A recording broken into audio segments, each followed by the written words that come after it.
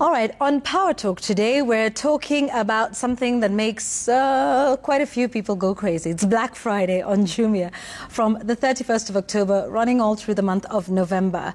We'll talk about that and the deals in a moment, but it is an important time to take stock of the state of e-commerce in the country, how it compares to global statistics, and how it is revolutionizing access to consumers, but also empowering vendors and traders. Let's talk a little bit about that now with Vinod Goel, who is the regional CEO for Jumia East Africa. It's good to see you and good to have you on the program today. Thank you, Juan. It's such a pleasure to have a chat with you. I have heard so much about you and very, very eager to tell you the story, the deals, everything. Thank you. And we will talk about Black Friday in a moment and what sort of deals exist there. Let's talk about the state of e-commerce in the country, because that is exactly what you do.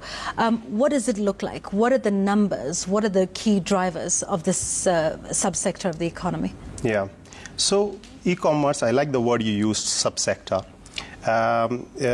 It's becoming a mainstream channel in the part of the economy.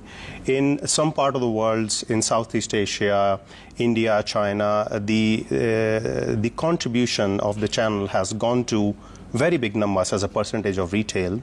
In our context, in our areas, it is still the beginning. We are talking about 4–5% of the total retail market, but that's the beauty of it. And we are at the very interesting tipping point where we are seeing more and more consumers, and we can easily guess it. We are a very young nation. How many young people would like to haggle and travel to the CBD and talk to 15 shops and try to buy an earphone, or a lady who looking to buy a chest freezer or a microwave or a cell phone? Why not to just have few clicks? First of all, compare everything, get the best prices, and deliver the things at home. The value proposition is so different that we have huge tailwinds towards e-commerce, and it is becoming a mainstream part of the economy. Right, and the numbers are impressive as well in terms of the market projections of e-commerce in the country, right? Yeah. $1 billion in revenue, I believe. Yeah. For absolutely. Kenya. Yeah. Yeah.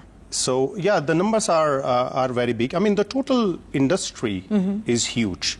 What we are saying is that as a share, which e-commerce has taken, is still very small. Okay. Despite that small percentage, it's a very big number. Yeah. Right. But I think for consumers and for our audience, what is very important is that what is in it for me? Like, how do I become part of this such a big billion, trillion story? Is really the access of the right goods at the right price, at the right convenience.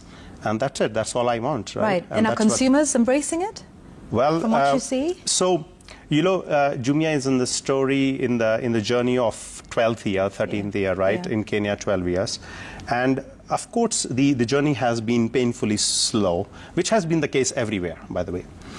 But I think what we have reached is that cusp, is the culmination, is the tipping point where the growth is very high, which means not only the existing customers are buying different type of goods. So, for example, there is a female customer who was largely buying beauty products, has started to buy home goods, and maybe also taking a decision in electronics, which was probably the decision of the man of the house. But she said, you know what, I can probably crack a better deal for a 43-inch TV. Right. Let me do it for you.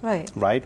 And similarly, we have the new customers who are influxing towards e-commerce, and we are facing a huge tailwinds. So we are doing a lot of work to grow, but then there is a huge tailwinds as well, which is fantastic, and it has come after a decade of work, so we're really enjoying that. Right, and it's also empowering vendors and startups and SMEs.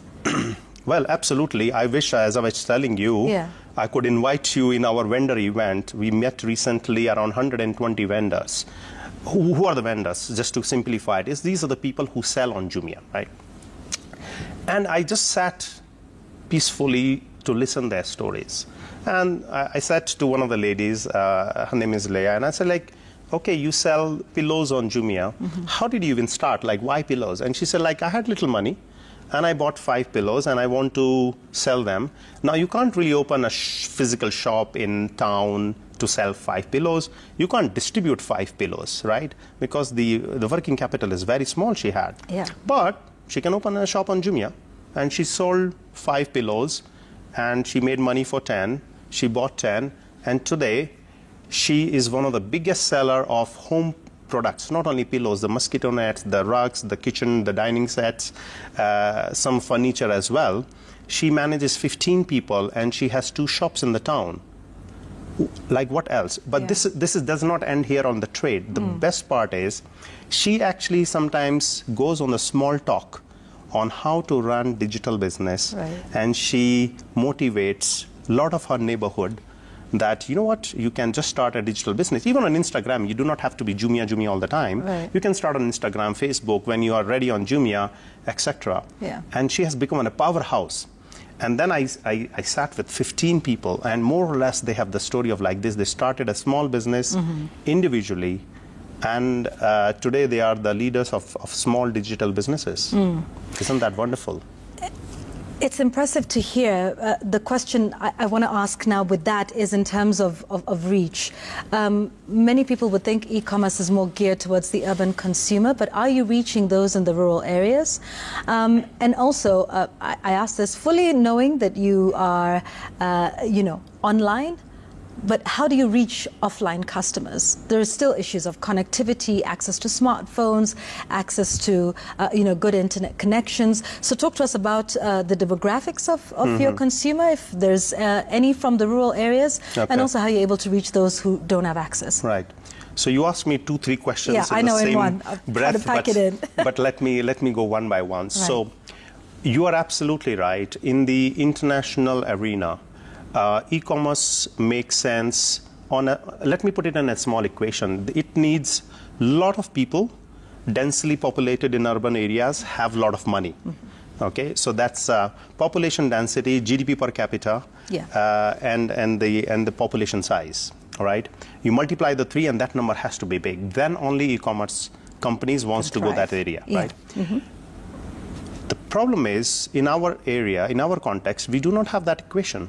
We do not have densely populated areas, a lot of them, right? If you go to Uganda, we have only 1 city above 1 million population. In Kenya, we have 4, right?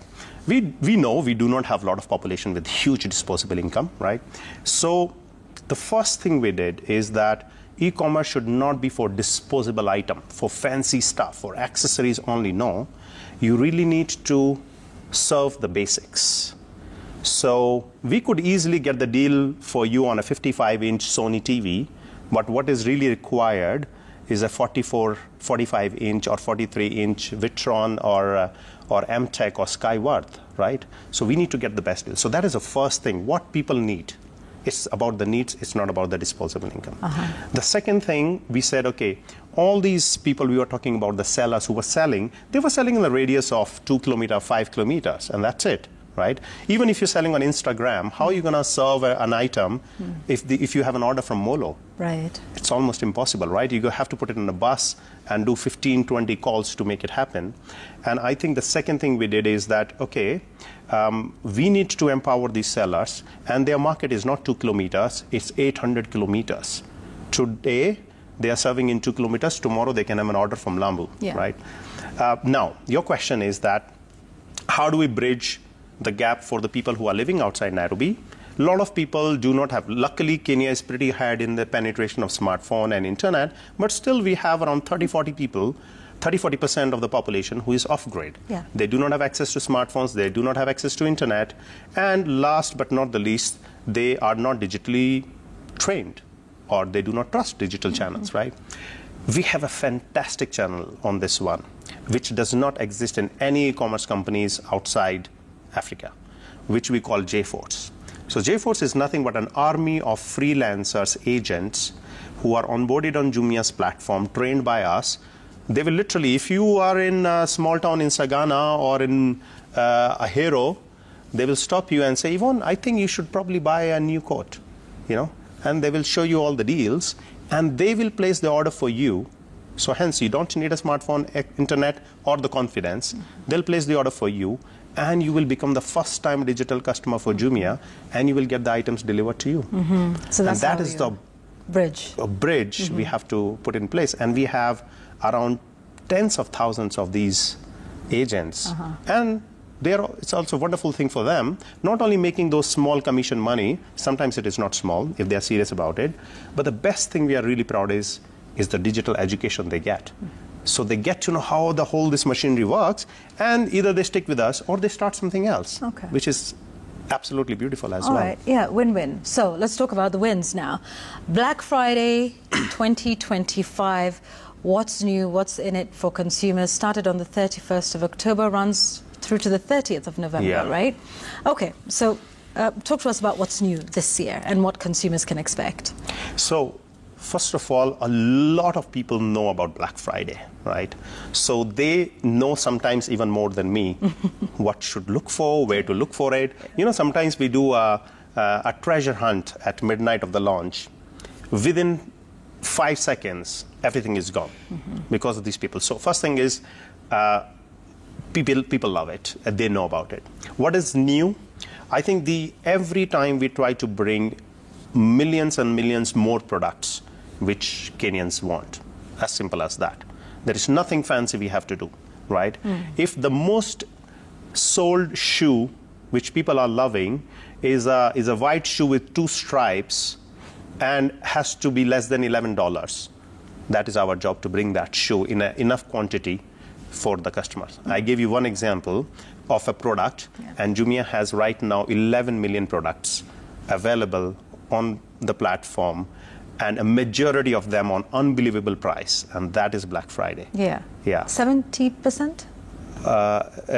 For some products, up to 70% off? Yes, up to 70%. So this is, again, the vendors also wait for this period. Right. And they said, you know what? The way vendors say it, my second half is starting now. So the business they do in the first 10 months is equivalent to the business they're going to do in the next 2 months.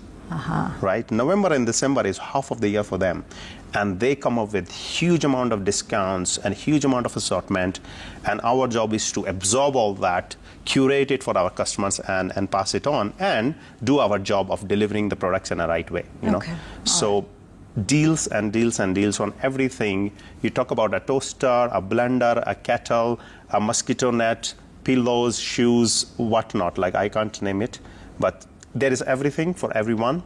And I really urge the audience to come up and enjoy it. It's a lot of hard work for you.